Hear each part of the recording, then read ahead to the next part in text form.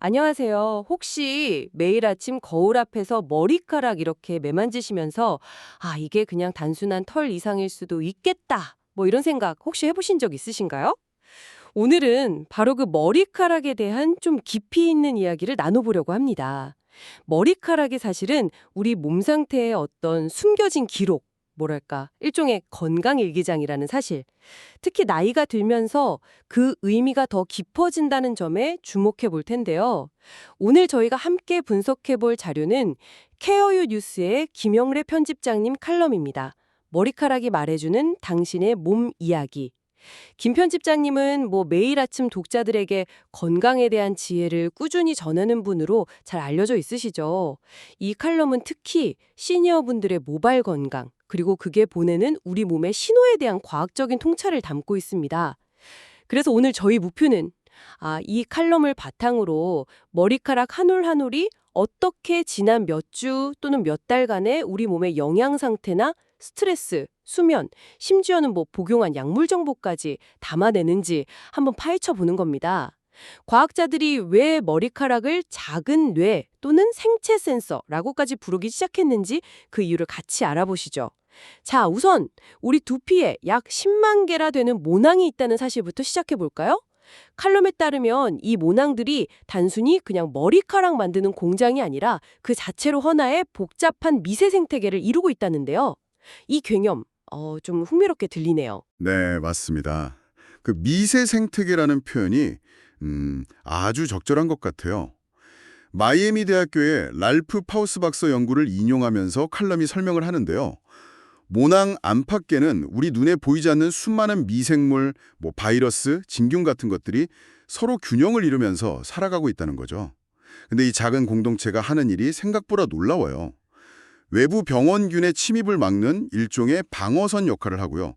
또 피부 염증을 조절하고 심지어는 피부에 상처가 났을 때 그 회복 과정에도 기여를 한다는 겁니다. 와, 상처 회복에도요? 네. 특히 그 상처 치유 메커니즘이 인상적인데 상처가 생기면 모낭 속에 있는 줄기세포들이 있거든요. 얘네들이 활성화돼서 상처 부위로 이동해요. 그래서 새로운 피부세포를 만들어내는데 아주 중요한 역할을 한다고 합니다. 와, 그러니까 머리카락은 그냥 장식품이 아니라 우리 피부 건강과 재생에 기여하는 굉장히 중요한 구조물인 셈이죠. 우리 몸이 이렇게 정교한 시스템을 갖고 있다는 게 새삼 놀랍습니다. 그렇군요. 모낭 자체도 이렇게 복잡한데 머리카락이 자라는 방식도 그냥 단순하지가 않더라고요. 하루 평균 0.3mm, 한 달에 약 1cm 자란다는 건 대략 알고 있었는데 칼럼을 보니까 이 성장 속도가 늘 일정한 게 아니고 우리 몸의 생체 리듬, 그러니까 내부 시계와 연동된다는 내용이 나와요. 예를 들면 밤보다는 아침에 더 빨리 자라고 또 소위 아침형 인간과 저녁형 인간 사이에 모발 성장 패턴도 미묘하게 다를 수 있다고요. 이건 결국 우리 생활 습관이 머리카락 성장에 직접 영향을 준다는 뜻이겠죠. 바로 그 점이 중요합니다. 네. 머리카락의 성장은 우리 몸 전체의 생체 리듬을 반영하는 어떻게 보면 생물학적인 타임라인 역할을 한다고 볼 수 있어요. 수면 패턴이나 활동 주기 같은 아주 기본적인 생체 리듬이 머리카락 성장이라는 굉장히 구체적인 생리 현상에까지 영향을 미친다는 사실. 이게 우리 몸의 각 시스템들이 얼마나 유기적으로 긴밀하게 연결되어 있는지를 보여주는 좋은 예시거든요. 아하. 단순히 머리카락이 그냥 자라는 걸 넘어서 그 속도와 패턴 안에 우리 생활 리듬의 정보가 기록되고 있다. 이런 관점인 거죠. 이건 우리 몸의 조화와 균형이 얼마나 중요한지를 다시 한번 생각하게 만드는 부분입니다. 여기서 한 발 더 나아가서 머리카락이 감각 기능까지 한다는 점, 이게 또 놀랍더라고요. 바람이 살짝 스치거나 누가 머리를 쓰다듬을 때 느껴지는 그 미묘한 감각이나 편안함 있잖아요. 그게 그냥 기분 탓이 아니라는 설명인데요. 이건 어떻게 가능한 건가요? 네. 모낭 주변을 좀 자세히 들여다보면 그 이유를 알 수 있습니다. 그 주변에는 신경 말단들이 아주 촘촘하게 분포되어 있어요. 정말 빽빽하게요. 그래서 아주 약한 물리적인 자극, 예를 들어 그냥 공기의 흐름이나 정말 가벼운 접촉만으로도 이 신경들이 활성화되는 거예요. 그리고 그 신호가 곧바로 뇌의 감정 처리 영역으로 직접 전달됩니다. 오, 뇌로 바로요? 네. 그렇기 때문에 머리카락과 두피는 감각 정보하고 정서적인 반응이 만나는 아주 중요한 통로가 되는 겁니다. 칼럼에서 예시로 든 것처럼 이제 시니어분들이 손주나 사랑하는 사람의 머리를 쓰다듬을 때 느끼는 그런 유대감이나 안정감, 거기에는 이런 신경생리학적인 배경이 깔려 있는 거죠. 네네. 머리카락을 통한 접촉이 단순한 그냥 물리적인 상호작용을 넘어서 깊은 정서적 교감과 소통의 수단이 될 수 있다는 점이 참 흥미롭습니다. 아마 여러분 중에도 머리카락이나 두피 접촉과 관련된 좀 특별한 기억이나 감정을 떠올리시는 분들이 계실 거예요. 그렇군요. 자, 이렇게 모낭 생태계, 그리고 성장 리듬, 감각 기능까지 알아봤는데, 이제 많은 분들이 사실 가장 신경 쓰시는 부분이죠. 바로 머리카락의 변화가 우리 건강 상태를 어떻게 반영하는지, 이 이야기를 좀 해봐야 할 것 같습니다. 머리카락이 빠지거나 가늘어지는 게 단순히 노화 때문만은 아니라는 거잖아요? 네, 맞습니다. 칼럼에서도 그 점을 아주 분명히 지적합니다. 물론 노화도 중요한 요인이긴 한데요. 머리카락의 상태 변화는 훨씬 더 다양한 내부 건강 문제의 신호일 수가 있습니다. 예를 들어서 영양소 결핍, 특히 단백질이나 철분, 아연 같은 게 부족하면 직접적으로 모발이 약해질 수 있고요. 그렇죠. 또 갑상선 기능 이상이라든지 당뇨병 같은 내분비계 질환, 아니면 극심한 정신적 스트레스 또는 특정 약물의 부작용 같은 것들, 이런 것들도 모발의 성장 주기에 영향을 미쳐서 탈모나 모질 변화를 유발할 수 있거든요. 여기서 주목할 만한 점은 머리카락이 이런 변화를 상당히 민감하게, 그리고 비교적 장기간에 걸쳐서 기록한다는 겁니다. 장기간에 걸쳐 기록한다. 그건 어떤 의미인가요? 혹시 뭐 혈액 검사 같은 거랑은 다른 점이 있나요? 그거 아주 중요한 포인트인데요. 혈액 검사는 특정 시점의 몸 상태를 보여주는 스냅샷에 가깝다고 할 수 있잖아요. 네, 그렇죠. 근데 머리카락은 자라면서 몸의 생화학적 정보를 계속 축적하기 때문에 좀 더 긴 시간 동안의 정보를 담는 뭐랄까 타임캡슐과 같은 역할을 하는 거죠. 타임캡슐이요. 와. 까지 추정할 수가 있어요. 아, 네네. 그렇게까지요? 네, 혈액이나 소변에서는 이미 다 배출돼서 사라졌을 정보도 머리카락에는 고스란히 남아있을 수 있는 거죠. 아하. 그래서 법의학적 분석이나 장기간의 건강 추적 연구 같은 데서 머리카락이 조용하지만 아주 강력한 증언자 역할을 하는 겁니다. 결국 여러분의 머리카락 한 올 한 올이 지난 몇 주, 몇 달간 여러분 몸의 역사를 담고 있는 셈이에요. 와, 듣고 보니까 정말 몸의 블랙박스 같다는 생각이 드네요. 비유가 딱 맞는 것 같습니다. 그렇다면 특히 시니어 세대에서 흔히 나타나는 현상이죠. 머리카락이 가늘어지고 또 하얘지는 현상. 이건 단순 노화 외에 어떤 생물학적인 의미를 더 내포하고 있다고 볼 수 있을까요? 칼럼은 이 부분을 이제 세포 수준의 변화와 연결지어서 설명을 하는데요. 나이가 들면서 모낭세포의 분열 속도가 자연스럽게 느려집니다. 그리고 머리카락색을 만드는 멜라닌 세포의 수와 기능도 점차 감소하고요. 이게 외형적으로 머리카락이 가늘어지고 하얘지는 주된 이유죠. 네. 하지만 더 깊이 들어가 보면 이게 세포의 에너지 생산 능력 저하와 관련이 깊어요. 우리 몸 세포의 에너지 공장 역할을 하는 미토콘드리아 있잖아요.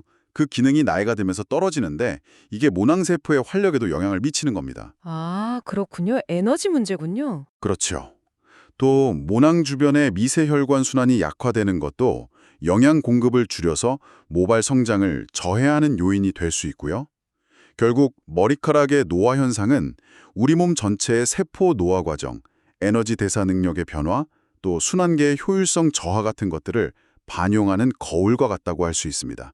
여기에 또 만성 스트레스까지 더해지면 머리카락이 활발하게 자라는 시기인 성장기 있잖아요. 그 성장기가 짧아져서 탈모가 가속화될 수도 있고요. 와, 정말 종합적이네요. 그러면 결국 머리카락을 좀 주의 깊게 관찰하는 것이 단순히 미용적인 측면을 넘어서서 내 몸의 전반적인 건강 상태, 그리고 노화 과정을 가늠해 볼 수 있는 중요한 단서가 된다는 거군요. 마치 머리카락이 계속 우리한테 묻는 것 같아요. 요즘 잘 챙겨 먹고 있나요? 충분히 쉬고 있어요? 스트레스는 괜찮아요? 뭐 이런 식으로요. 맞습니다. 바로 그런 관점에서 칼럼은 아주 실용적인 제안을 합니다. 바로 시니어를 위한 모발 건강 습관 5가지인데요. 이게 앞에서 저희가 논의했던 과학적인 원리들을 바탕으로 한 구체적인 생활 지침이라고 볼 수 있습니다. 오, 5가지 습관이요. 네. 첫째는 단백질 섭취를 충분히 하는 겁니다. 머리카락의 90% 이상이 케라틴이라는 단백질로 이루어져 있으니까요. 재료 공급이 가장 기본이겠죠. 그렇죠. 둘째는 양질의 수면을 충분히 취하는 것. 특히 밤 11시에서 새벽 2시 사이. 이 시간에 성장 호르몬 분비가 활발하거든요. 이때 숙면하는 것이 모발 성장에 중요하다고 강조합니다. 아, 시간이 중요하군요. 네. 셋째는 철분과 아연 같은 필수 미네랄을 잘 보충하는 겁니다. 이 미네랄들이 모근의 혈액순환을 돕고 세포 분열에 관여해서 건강한 모발 유지에 필수적이거든요. 네. 넷째는 모낭에 직접적인 손상을 줄 수 있는 것들, 예를 들면 너무 자극적인 화학시술, 염색이나 펌 같은 거요. 그리고 과도한 열기구 사용, 이런 걸 좀 자제하는 것이 좋습니다. 아, 이것도 중요하겠네요. 그렇죠. 마지막 다섯 번째는 정기적인 두피 마사지입니다. 이걸 통해서 혈액순환을 촉진하고 스트레스 완화에도 도움을 받을 수 있다는 조언이에요. 네, 듣고 보니 이 5가지 습관들이 결국 저희가 앞에서 쭉 이야기했던 모낭의 건강, 성장 주기, 영양 공급, 스트레스 관리 이런 것들과 직접적으로 다 연결되는 실천 방안들이네요. 결국 머리카락의 생리를 제대로 이해하고 그에 맞춰서 생활 습관을 조절하는 것이 핵심이라는 생각이 듭니다. 네, 맞습니다. 단순히 그냥 겉으로 보이는 머리카락만 관리하는 차원을 넘어서서요. 머리카락이 우리 몸 내부 상태를 반영하는 중요한 지표라는 것을 인식하고 건강한 생활 전반을 통해서 모발 건강을 증진시키는 것, 이것이 칼럼이 궁극적으로 전하고자 하는 메시지일 겁니다. 어떻게 보면 모발 관리가 곧 자기 관리이자 건강 관리의 아주 중요한 부분이 되는 셈이죠. 네. 오늘 김영래 편집장님의 칼럼을 통해서 머리카락이 정말 우리의 외모를 구성하는 요소를 넘어서서 우리의 식습관, 수면, 감정, 스트레스, 심지어는 약물 복용 이력이나 환경 노출까지 모든 것을 기록하는 우리 몸의 정직한 생체 기록 저장소라는 사실을 아주 깊이 있게 확인할 수 있었습니다. 특히 시니어 세대에게는 이 머리카락의 변화를 좀 세심하게 관찰하고 관리하는 것이 단순히 외모 관리를 넘어 자신의 몸과 마음의 소리에 귀 기울이는 자기 성찰의 도구가 될 수도 있겠다. 이런 생각이 드네요. 네, 컬럼의 마지막 구절이 다시 한번 떠오르는데요. 우리의 머리카락은 조용히 자라지만 결코 침묵하지 않습니다. 아, 인상적이네요. 그렇죠. 그 안에 담긴 의미가 참 깊습니다. 머리카락 한 올 한 올에 우리가 살아온 시간과 건강의 이야기가 그대로 새겨져 있다는, 어떻게 보면 시적이면서도 또 굉장히 과학적인 통찰을 담은 말이라고 생각해요. 자, 오늘 이야기를 마무리하면서 여러분께 이런 질문을 한번 던져보고 싶습니다. 지금 여러분의 머리카락은 여러분에게 어떤 이야기를 들려주고 있다고 생각하시나요? 그냥 거울 속 모습 넘어 그 안에 담긴 여러분 몸과 마음의 미세한 신호들을 한 번쯤 찬찬히 살펴보는 시간을 가져보는 것은 어떨까요? 어쩌면 생각보다 많은 것을 발견하게 될지도 모릅니다.